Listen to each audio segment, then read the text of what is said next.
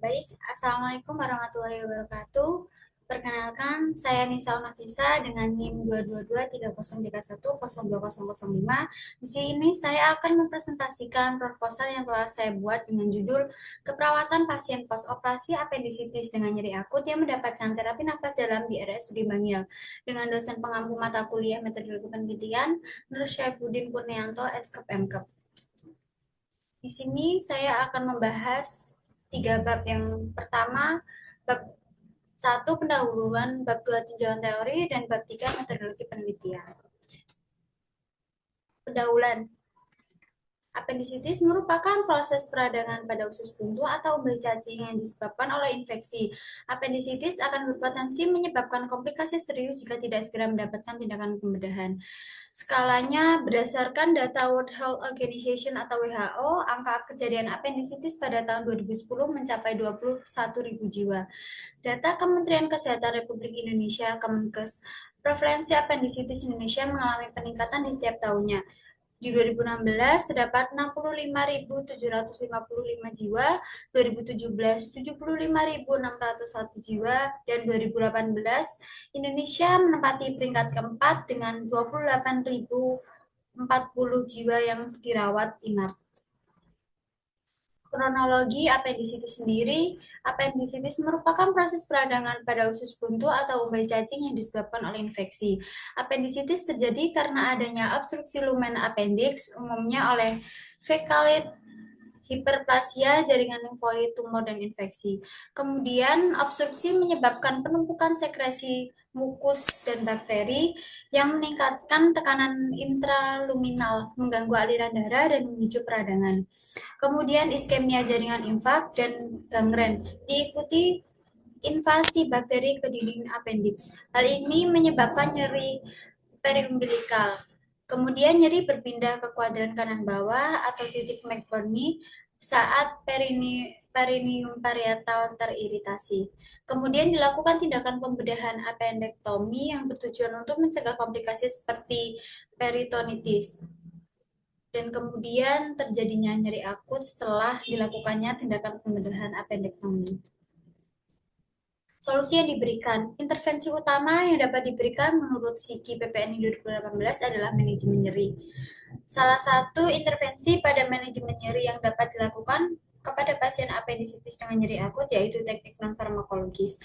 Pilihan teknik non-farmakologis adalah terapi nafas dalam. Terapi nafas dalam dapat membantu mengurangi intensitas nyeri. Teknik ini juga bermanfaat dalam peningkatan ventilasi baru dan oksigenasi darah. Berdasarkan latar belakang tersebut menimbulkan minat peneliti untuk melakukan eksplorasi yang lebih mendalam terkait nyeri akut pada pasien apendisitis. Rumusan masalah, bagaimana pengaruh pemberian terapi nafas dalam pada pasien post-operasi apendisitis dengan nyeri akut di RSUD Bangil? Tujuan penelitian, mengidentifikasi pengaruh pemberian terapi nafas dalam pada pasien apendisitis dengan nyeri akut di RSUD Bangil. Kemudian manfaat penelitian. Manfaat teoritis diharapkan dapat meningkatkan wawasan serta pengalaman penulis tentang tindakan keperawatan pada pasien apendisitis. Manfaat praktisi diharapkan penelitian ini dapat dijadikan sebagai tambahan informasi serta keterampilan untuk pasien dan keluarga yang mengalami intervensi keperawatan dengan terapi nafas dalam. Tinjauan teori, apendisitis sendiri merupakan proses peradangan pada usus buntu atau umbai cacing yang disebabkan oleh infeksi. Apendisitis akan berpotensi menyebabkan komplikasi serius jika tidak segera mendapatkan tindakan pembedahan.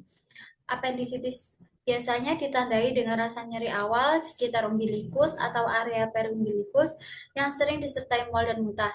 Dalam waktu 2 hingga 12 jam, nyeri tersebut akan berpindah ke kuadran kanan bawah menjadi lebih menetap dan cenderung bertambah parah saat berjalan. Gejala lain yang sering muncul meliputi anoreksia, rasa lemah, lemas, dan demam ringan. Konsep nyeri akut. Nyeri akut adalah pengalaman sensorik dan emosional yang tidak menyenangkan yang timbul akibat kerusakan jaringan aktual atau potensial yang berlangsung kurang dari 6 bulan. Tanda dan gejalanya sendiri, tanda gejala mayornya, subjektifnya mengeluh nyeri, objektifnya tampak meringis, bersikap protektif, gelisah, frekuensi nadi meningkat, dan sulit tidur. Gejala tanda minor sendiri, subjektifnya tidak tersedia, objektifnya tekanan darah meningkat, pola nafas berubah, nafsu makan berubah, berpikir terganggu, menarik diri, dan fokus pada diri sendiri. Tinjauan teori untuk nafas dalam. Teknik relaksasi pernafasan dalam adalah cara untuk mengurangi ketegangan otot yang dapat membantu pasien merasa lebih rileks dan mengurangi efek psikologis dari stres. Teknik ini merupakan komponen dari perawatan keperawatan, di mana perawat memandu pasien untuk melakukan pernafasan dalam, pernafasan yang lambat dengan menahan inspirasi semaksimal mungkin dan menghembuskan nafas dengan perlahan. Tujuan dari teknik ini adalah untuk mengurangi tingkat nyeri pada pasien setelah menjalani operasi appendektomi. Kemudian indikasi dan kontraindikasi. Indikasinya untuk pasien post-operasi appendicitis dengan nyeri akut yang dinyatakan berdasarkan keluhan subjektif seperti pasien mengatakan sangat sakit atau tidak nyaman. Kontraindikasinya sendiri, pasien post-operasi dengan komplikasi seperti pneumotorak atau efusi pleura yang kontraindikasinya terhadap latihan nafas dalam. Pelaksanaan terapi dilakukan setelah dilakukannya operasi appendicitis dan ketika nyeri timbul durasi waktu 5 menit, kemudian dilakukan observasi selama 10 hingga 15 menit setelah pemberian terapi. Metodologi penelitian, waktu dan lokasi penelitian. Penelitian ini dilaksanakan pada Desember 2024 sampai Januari 2025 yang bertempatan di RSUD Bangil. Partisipasi penelitian. Partisipasi yang terlibat adalah satu orang pasien dengan diagnosa medis appendicitis yang mengalami nyeri akut pada luka post-operasi dan memenuhi kriteria berikut.